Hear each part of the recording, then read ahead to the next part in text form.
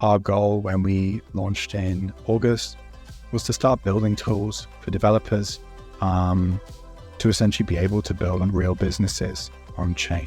So we launched sequencer fee sharing, which enables the developer to deploy an application and earn a percentage of transaction fees from their users. We also started building dashboards for developers to understand more about their user base. After speaking to a load of developers, the biggest problem for them right now developing apps is, not so much can I build this thing? It's very much like, how do I scale it? How do I secure it? How do I ensure that, users come back after trying it for the first time? Welcome to the Edge Podcast. I'm DeFi Dad here with Nomadic from 4RC. Today's show spotlights the newly launched Ethereum L2 Mode. Mode Mainnet just went live along with details for their future Mode airdrop. In this episode, we'll talk with the founder of Mode, James Ross, about how Mode differentiates as an L2 with features such as sequencer fee sharing, how Mode will host a new class of its own native DeFi protocols, and how we as users can earn a share of the future Mode airdrop. But before we do, just a quick word from our sponsors who make the Edge podcast possible. Introducing RSWETH by SWELL Network, a native liquid restaking token that gives you access to the EigenLayer ecosystem. Earn pearls, points, and future restaking rewards without locking your liquidity. And enjoy countless DeFi integrations for earning easy passive yield. Learn more at swellnetwork.io. Introducing the MANTLE liquid staking protocol, MANTLE LSP, a permissionless, non-custodial ETH liquid staking protocol deployed on Ethereum L1 and governed by MANTLE. With MANTLE LSP, users can stake ETH to instantly receive METH, earn yield and accumulate rewards the longer you stake. METH is the value accumulating receipt token that will give you access to expanded yield opportunities. Stake and watch your yield grow with MANTLE LSP. For most of us, our crypto journey started with MetaMask, and now with MetaMask Portfolio, we can do so much more. MetaMask Portfolio puts you in control. Use the dashboard to see all your assets and balances across your wallets in one place. The buy feature allows us to buy crypto assets effortlessly with fiat options such as PayPal or credit card. The swap feature allows us to swap any tokens anytime by finding a selection of available rates. The bridge feature allows us to bridge between networks including Ethereum, L1s, and L2s based on the best price and fastest delivery time. And with the stake feature, anyone in a few clicks can stake ETH and earn rewards. Do more in Web3 your way with a safe, simple, and convenient tool that's all in one place. Track and manage your Web3 everything at metamask.io/portfolio. It all started so simply with CryptoKitties and Maker on Ethereum, but quickly became complex with more applications and many chains. Today, everyone agrees UX issues are the biggest blocker standing in the way of crypto adoption. Introducing AVOCADO. Multi-chain UX redesigned from the ground up. The first wallet to abstract networks, accounts, and gas. One gas tank to pay transaction fees on all chains. In USDC, and native access to INSTADAPP's powerful, custom DeFi strategies. AVOCADO, one wallet to rule all chains. All right, let's introduce James Ross, the founder of Mode. James, welcome to the Edge Podcast. How are you doing? I'm great. Thank you so much for having me on today. I'm super excited to chat. So we're recording this in advance. And if folks are watching this, they're probably aware then that Mode L2 has gone live, which also means that the Mode airdrop campaign has kicked off. And so our goal here today is to introduce folks to all things Mode, to understand how does Mode differentiate as an L2. And I think as an airdrop farmer, as a long-term DeFi investor, as a DeFi investor that wants to see L2s like Mode that are super focused on building the next generation of DeFi protocols, I want to understand how to get involved. So James, why don't we just start with a little bit more about your background? You've been in the crypto space for quite a long time. What can you share about some of the work that you've done? Yeah, absolutely. I've been in the space since 2017, 2018 as an angel investor and helping teams with their go-to-market, with their growth strategies. I used to have a podcast. I still have a podcast. It's not very active. I ran a blog called Growing Web3, where I was lucky enough to actually interview yourself. Hard to do a podcast and build an L2 at once. So like you do the hard work. We'll keep recording podcasts. So yeah, but yeah, you're a master marketer of Web3. Like you've been, I think like one of the few people I've known over the years to have been totally focused on the storytelling around crypto. And which is part of the reason I'm really excited to hear more here today about Mode.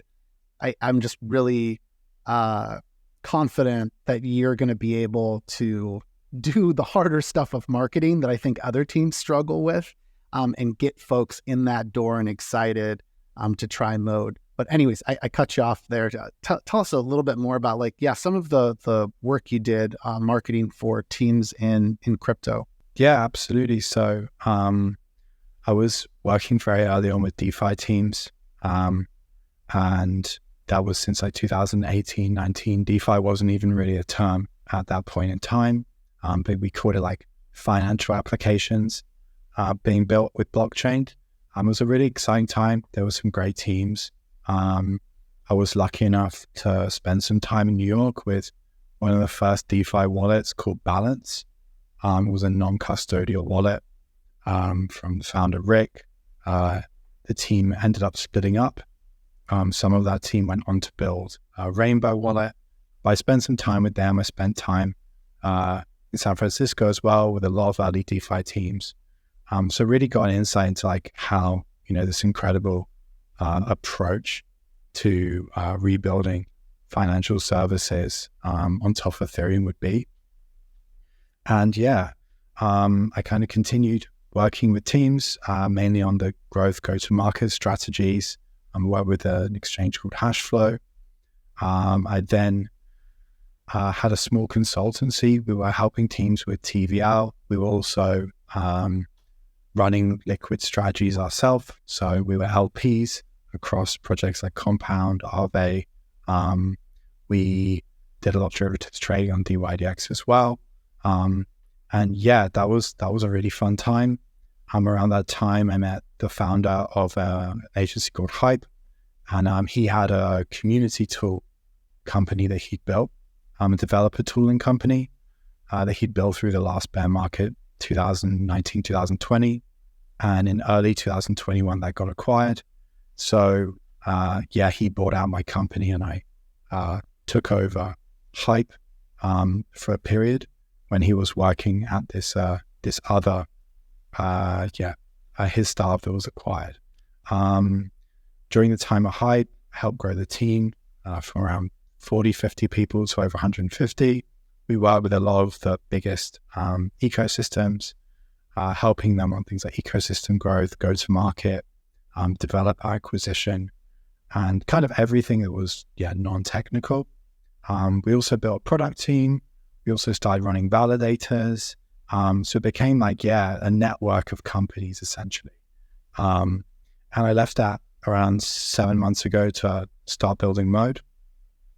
And it's been quite the journey. I've always been very close to the Ethereum ecosystem, and as we've seen blockchains develop, we've seen the structure of L1s and L2s develop.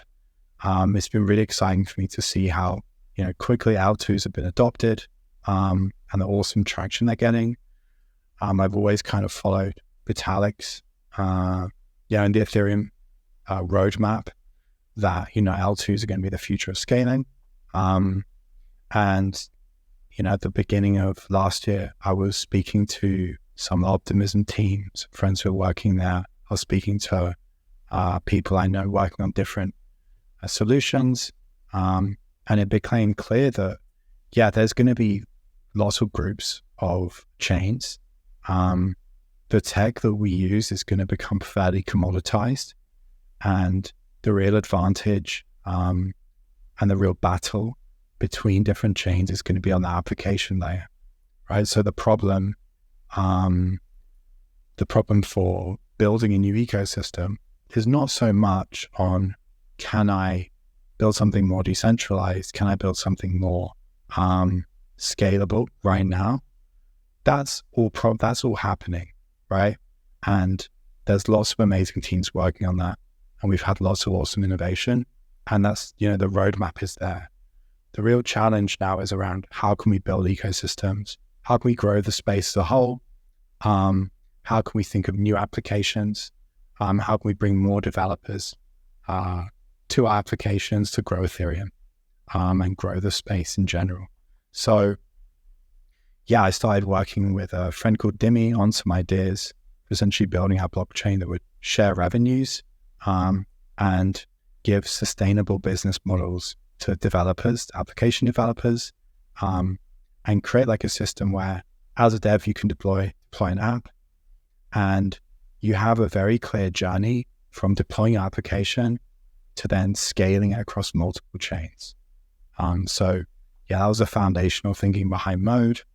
Our goal when we launched in August launched a test in August, was to start building tools for developers to essentially be able to build on real businesses on chain. So we launched sequencer fee sharing, which enables a developer to deploy an application and earn a percentage of transaction fees from their users. We also started building dashboards for developers to understand more about their user base. And we've refined that. We've built, many different tools over the past 6 months. And now we have the mainnet live. We've worked closely with a lot of applications to kind of incubate them, help them with their go-to-market. They can start their growth journey, and they have different revenue streams to essentially keep building and keep growing. After speaking to a load of developers, the biggest problem for them right now developing apps is, not so much, can I build this thing? It's very much like, how do I scale it? How do I secure it? How do I ensure that, users come back after trying it for the first time? How do I ensure that they know when there's updates? And these are all, different challenges than, the kind of challenges we had a few years ago, which were almost all technical, right? Every dev you spoke to would be like, it's really hard to build smart contracts. It's really difficult to build scalable applications. Now the challenges are very much like, it's very hard to get users. It's very hard to get more devs on our protocol. It's very hard to secure things. So it's different challenges. So we're building Mode to support devs with those challenges. Yeah, I think you make a good point about the future is that I think the tech you mentioned will be commoditized. So if you want to start a new L2 or in the future L3s or whatever else we get to, it's not the tech, I think, that will differentiate. It's it's very similar to if you start an e-commerce business today. Most of those are running on similar tech stacks. It's more about how do they attract, in this case, customers. And with L2s, I think it's more about how do you attract those users and attract the right protocols that are going to onboard those users. I don't also want to I don't want to play down the importance of this tech. It's still really early. For folks like us, it feels like we've already come so far. And there's been so much development in terms of building secure, scalable blockchains. But we've still got quite a bit to go. And I think I love the way you describe where the puck is going here. It's gonna be a fight to build the best communities. And I think there's some first mover advantage, with folks like Optimism and Arbitrum already and some others.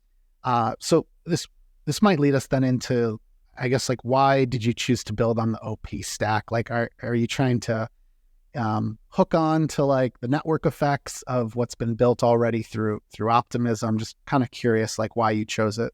Yeah. So when any founder is looking to build an L2, right? In 2024. There's different routes you can take, or in 2023. There's different routes you can take. And you're seeing most teams now choosing either like an OP stack, optimistic rollup, or you're seeing teams choosing ZK rollups, right? Going for something like Polygon ZK EVM. And that's, for example, what Manta's built on. A few others, I think Canto. So you have to think strategically like which direction you're going to go in. There's benefits to ZK EVMs. There's benefits to optimistic rollups. I really like how like Optimism's general approach to being really focused on growing Ethereum.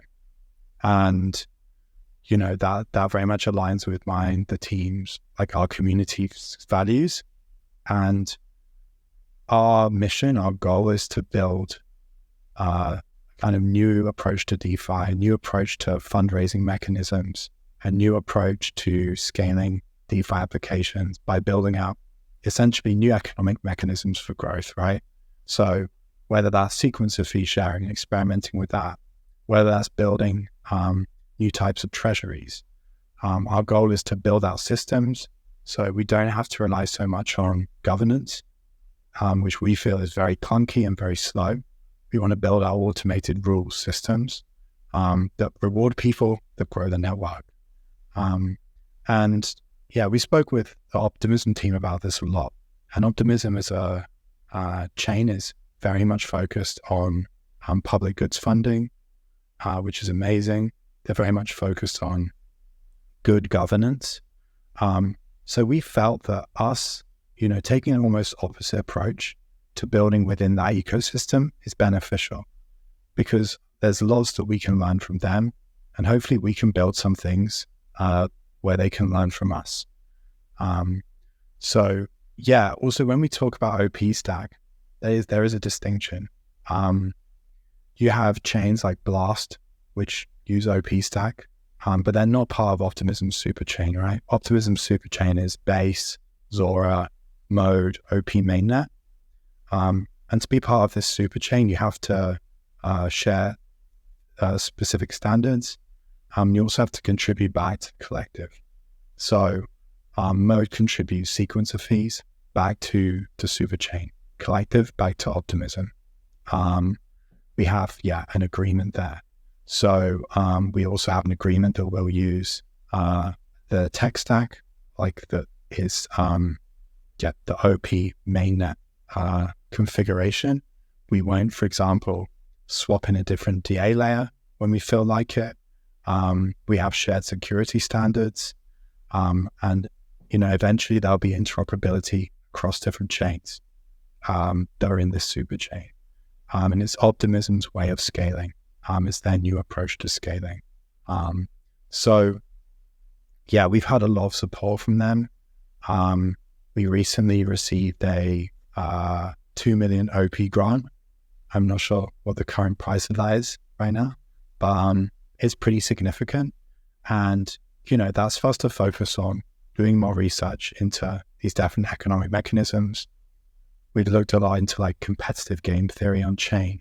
How can you have two pseudonymous addresses that compete? What conditions do you have to create for them to build something bigger? We've looked at different ways of revenue sharing on blockchains. So yeah, I don't know if that answers why we chose Optimism, but we see a huge amount of opportunity within this super chain of contributing. So one of the features that you referenced, sequencer fee sharing, can you dumb that down just a bit? Maybe go as far as like, what do you mean when you reference sequencer? Where do the fees come from? And then what's the net result of this? Because I want to say that part of the design choice here reminds me of how Canto works. Canto has this is it called contract sharing revenue, CSR? Anyways, what Canto did is they've made it possible so that if you're a developer and you created the code that like powered the sushi swap farms originally, which got copied and pasted over and over and over again into all these different DeFi applications, there is some bit of revenue there that's like earned for that developer. So I think this is a really clever way to incentivize developers to work on your L2. But anyways, yeah, if you can break that down for us. Yeah, absolutely. So sequences essentially sequence transactions, and they pass them through to the L1, right? So every L2 has a sequencer. And when you pay fees on Optimism, Base, or Mode, that fee goes to the sequencer, and part of that fee is the cost to post that transaction to the L1 to Ethereum, right? And there's a load of those transactions rolled up, and that's why they're cheap.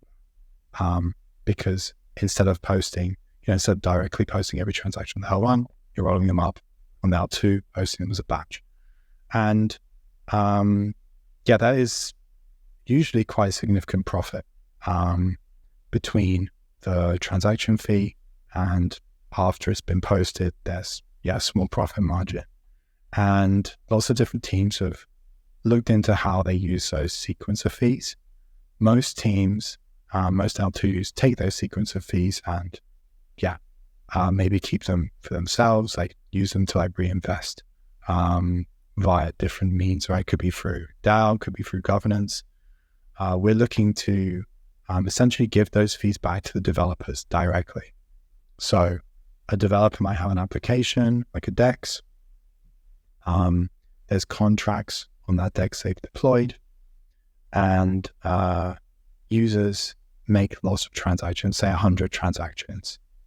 And, let's say, to make it easy, every transaction has a fee of $1. Should be much less than an L2. Let's say it's $1. 50% of that can go to developers, or 20% of that could go to developers, or it'd be profit.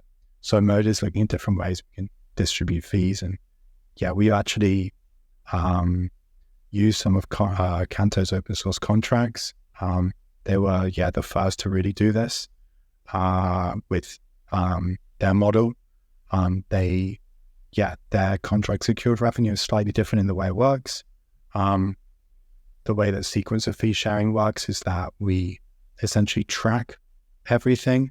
And then after the transaction has been sequenced, we know how profitable it is, and then we return the funds to developers.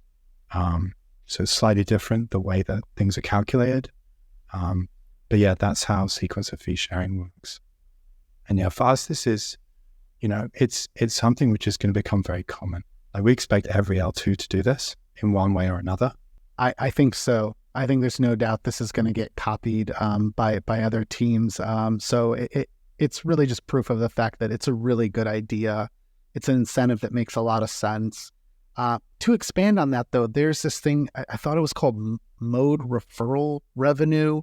So like there's like some sort of a referral on chain, and you get like a portion of sequencer fees for life.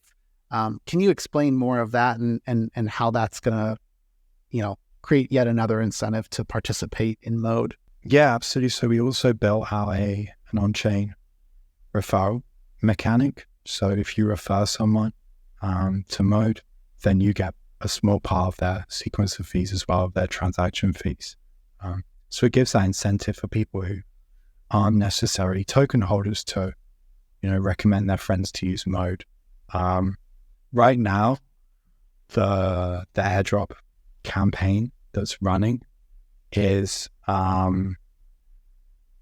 definitely much more lucrative when it comes to referring people to Mode, as you also get airdrop points, and you will get sequencer fees as well.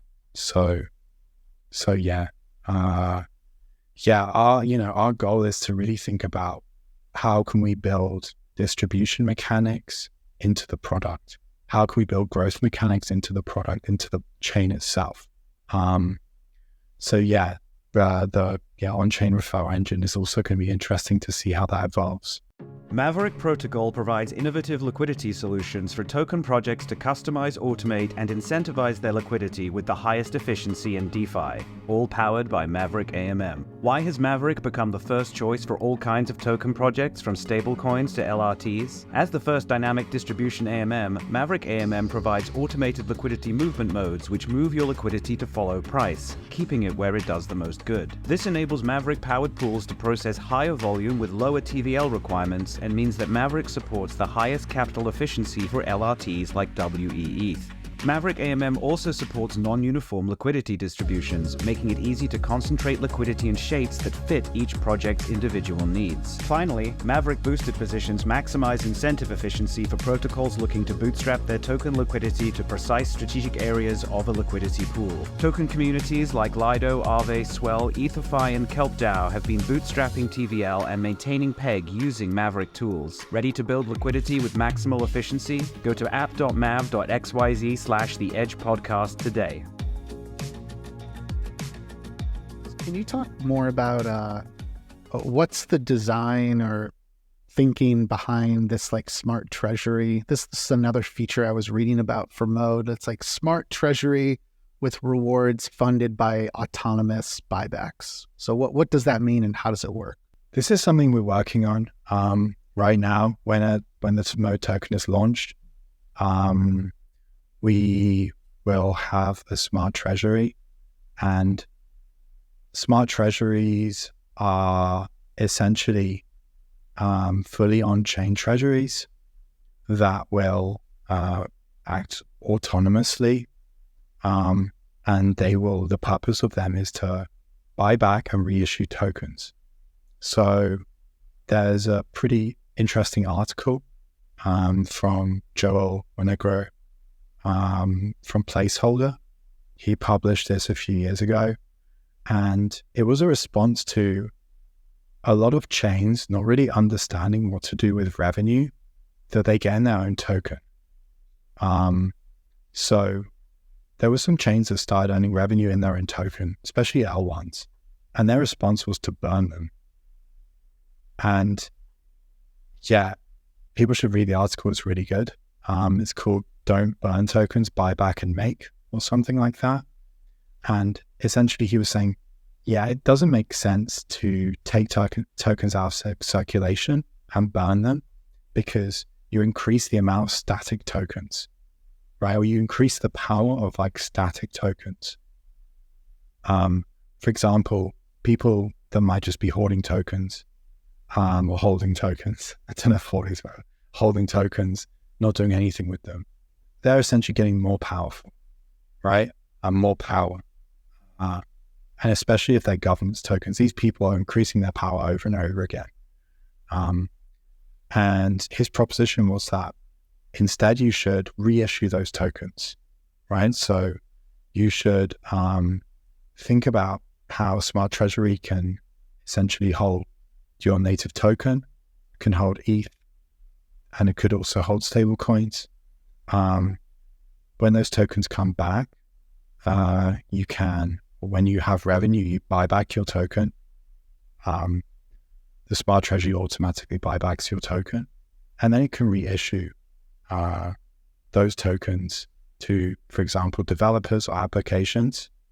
And, you know, if there's positive growth from that, you'll end up having this flywheel effect, and this really nice growth loop where this revenue ends up funding, essentially your growth engine. So yeah, it's a bit hard to explain without a diagram in front of me. But yeah, that's essentially the thinking behind it. And our focus with Mode is to build out like as many autonomous systems as possible.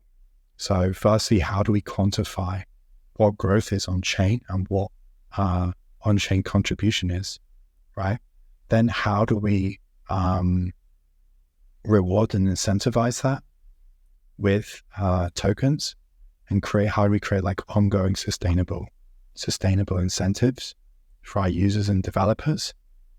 And yeah, how does that grow the network as a whole? So yeah, we've spent a lot of time focusing on building out a research arm, which really digs into these like economic questions around growth. So yeah, we're really excited to share that. And the partners we've worked with are, they're all PhDs in game theory and computer science, and they've all built out incredible stuff, incredible models. So we'll have a lot more on this very soon. Before we talk about the partners or protocols that should be live, with Mode Mainnet live, and like basically how can we get started, where can we get started in terms of DeFi on Mode? I'm curious, like, have you been able to reflect then at all on like what are some of the mistakes that other L2s have made? You don't have to call anybody out by name at all, but just kind of thinking about the stumbling blocks that you've observed and how you're iterating on that so that Mode can, attract that many more users, that many more developers, that many more protocols. So I think the biggest mistake L2s make, I don't really want to share this, but I'm going to share it because, we love sharing information, is focusing on the big protocols first. It's generally not a good strategy for a few reasons. If I'm building a new L2 and my first applications are Uniswap, Aave, let's use those two, and maybe a couple other well-known DeFi protocols, like say SushiSwap as well. I mean, that's awesome, right? We must have the world's best BD team, and we must have a really compelling chain. But it doesn't really give a chance to grow your own native DeFi ecosystem. And most success comes from, on an L2, when you have a really strong native group of builders who are building on your chain, who are committed to your chain, who are going to eventually launch tokens, govern their projects via your chain, and grow that way. It's much more organic. And there's much more incentive as well. I think Arbitrum is the best example of this, right? They launched, GMX launched, right, on Arbitrum. It got a lot of support from the community, and it grew into this incredible protocol. And I think there was a lot of great catalysts that happened when GMX launched. For example, ETH price was going up. That was great, as people were net long on the platform. But it created this like awesome community of people and builders who went on to build many other things within the ecosystem. And if they had just started with, say, trying to bring on a big purpose protocol, it wouldn't have been the same, because they had this new protocol. It had a new design. It had a very successful token. It meant that, as it grew, all the natives on that chain grew with it. And so, this incredible return, continue to build out awesome new things. So not focusing in on your native DeFi ecosystem or native ecosystem, not supporting those builders enough is definitely a big mistake. And I think a lot of L2s that, have had 20, 30, 40, $50 million of funding, their first thought is, well, we can just pay, a big protocol to come onto us, and that will solve our problems. But it actually doesn't. If you look at a lot of L2s, some of their top protocols are native to them.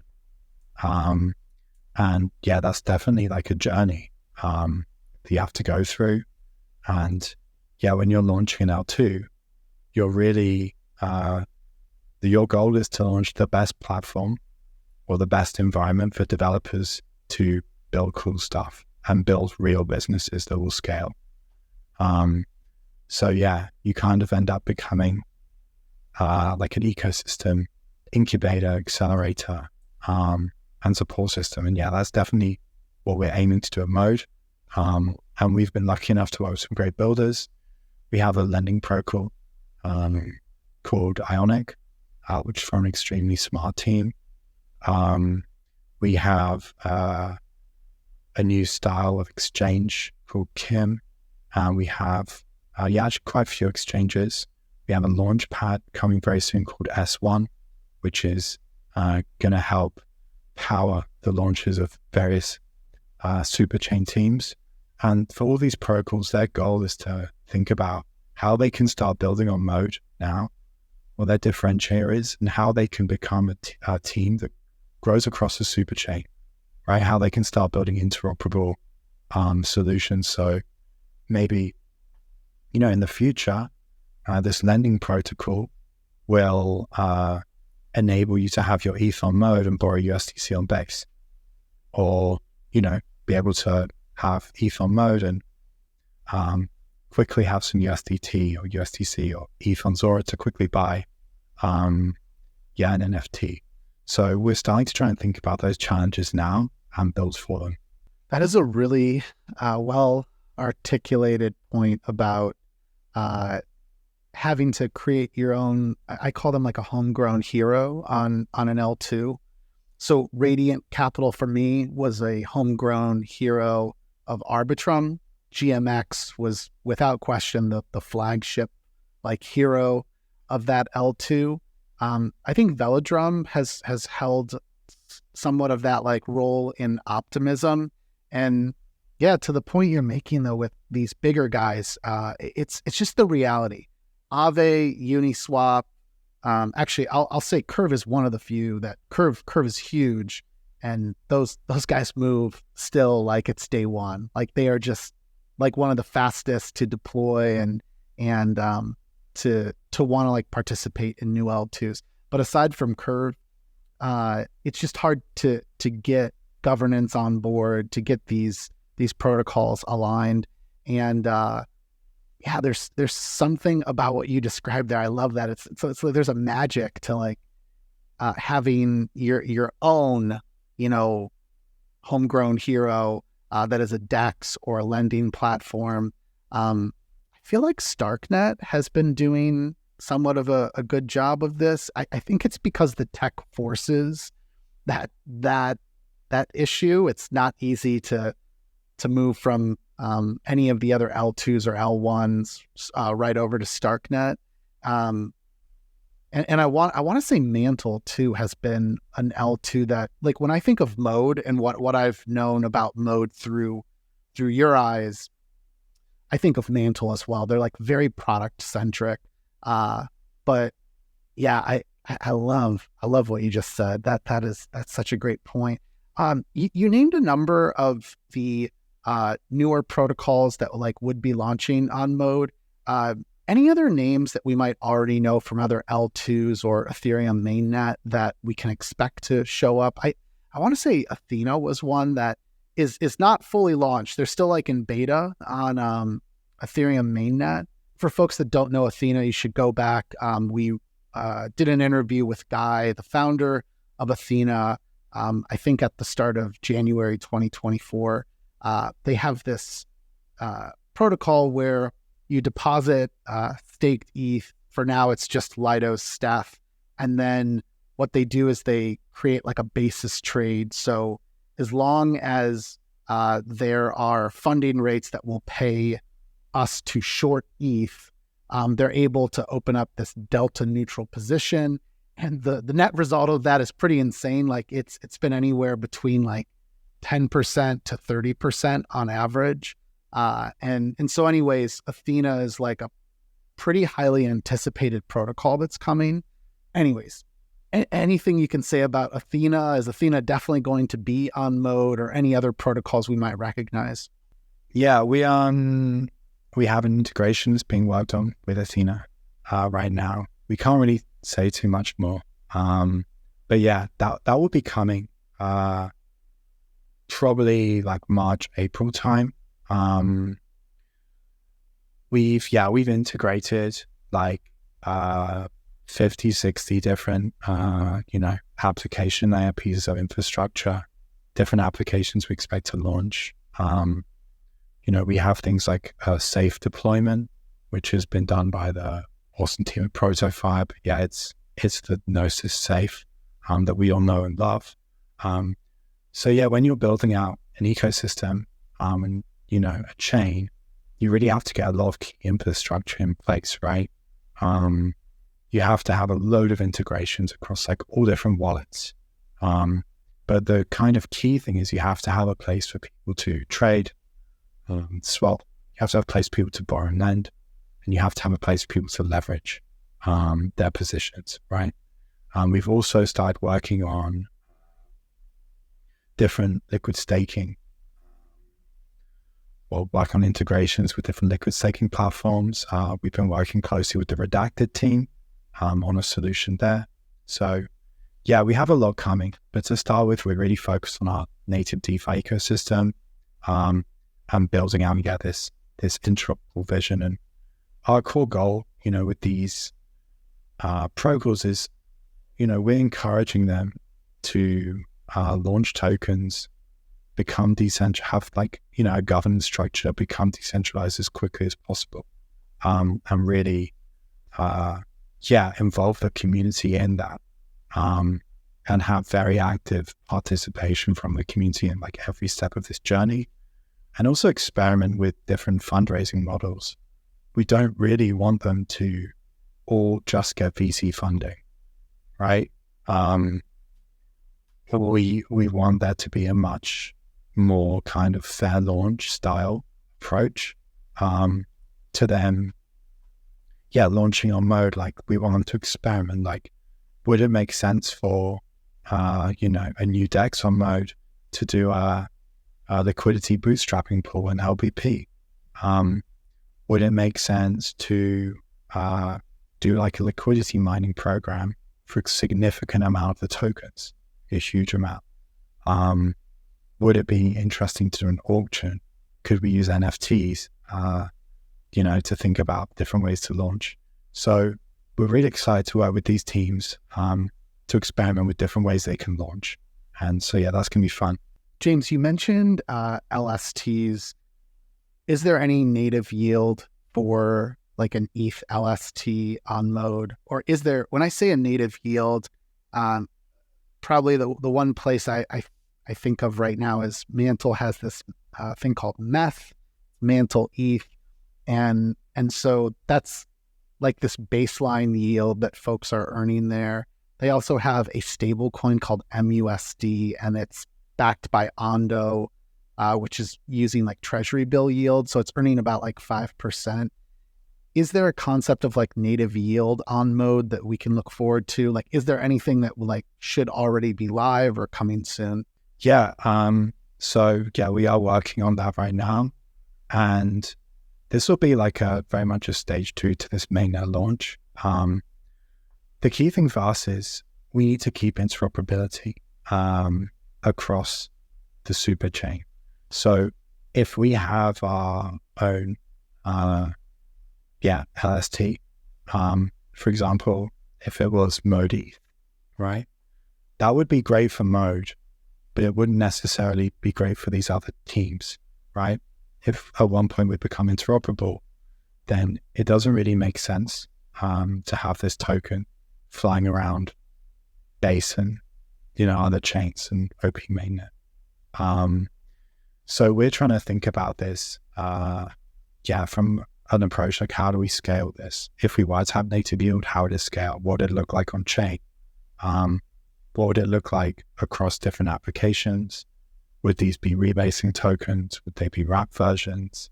So yeah, we're doing a lot of research into that. We'll be releasing some of that research in the coming weeks.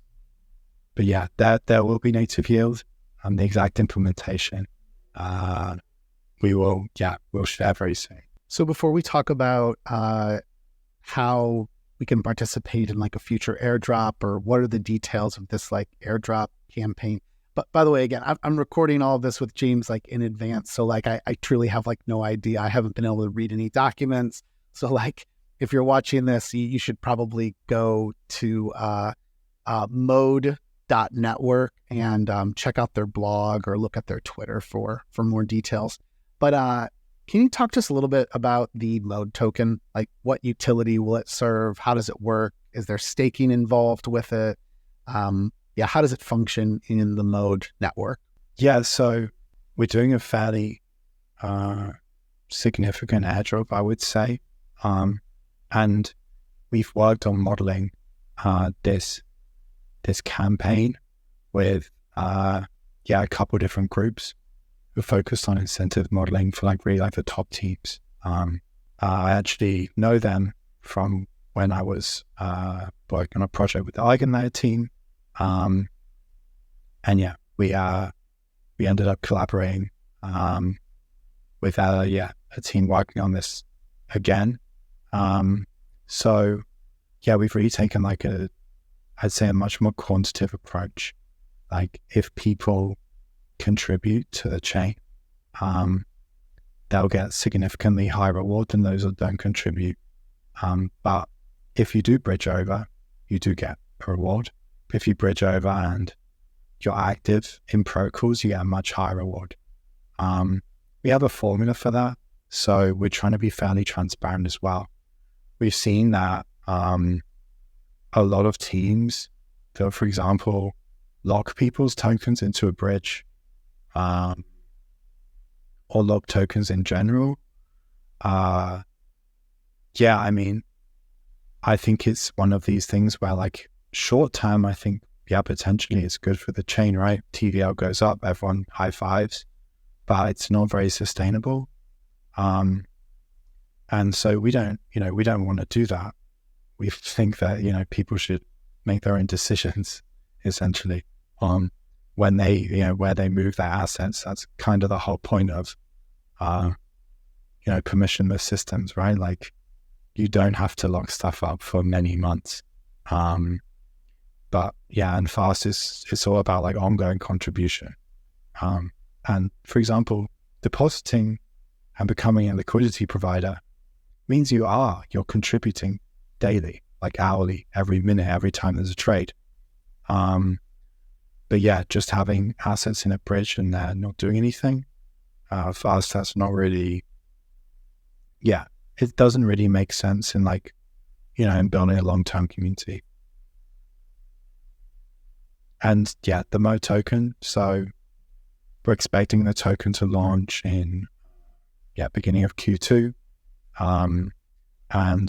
We can't say too much about the utility of it right now. We're also modeling that out. We've been speaking to a lot of different researchers and experts in the space on this. So we should have a very interesting model. We're also integrating the smart Treasury. That's going to be exciting too. James, I think this is a great place for us to start to wrap up. So I want to remind our listeners that they should first learn more about Mode by going to mode.network. They can follow the Mode Mothership account on Twitter. It's Mode Network. We'll also flash James's Twitter account here on screen, and you can find that in our show notes. And then, James, could you just, close us out then with whatever detail you can share about the airdrop campaign? Again, this will all be public by now, but would love if you can just kind of summarize, how can you participate? What are some of the key ways to earn Mode token? Absolutely. So the key ways to earn are by taking part in the campaign, which involves bridging to Mode, and inviting friends to Mode and using the applications on Mode. So very simple. And the more you use, the more you contribute to the network, the more you'll be rewarded. We have a pretty transparent formula for this. We're super excited to welcome new people who are interested in building out the future of interoperable DeFi to Mode. If you have any ideas, if you're a builder, you're looking for support, please get in touch. You can DM me on Twitter, or you can chat to the guys in Discord. It's gonna be an amazing year. We're super excited to build the future of Ethereum, Optimism, and the Superchain together. So thank you so much for having me on. Thanks everyone for tuning in. If you're a talented founder or developer, please consider reaching out to our team at fourthrevolution.capital. And for future episodes of the Edge podcast, please check out our link tree at edge_pod.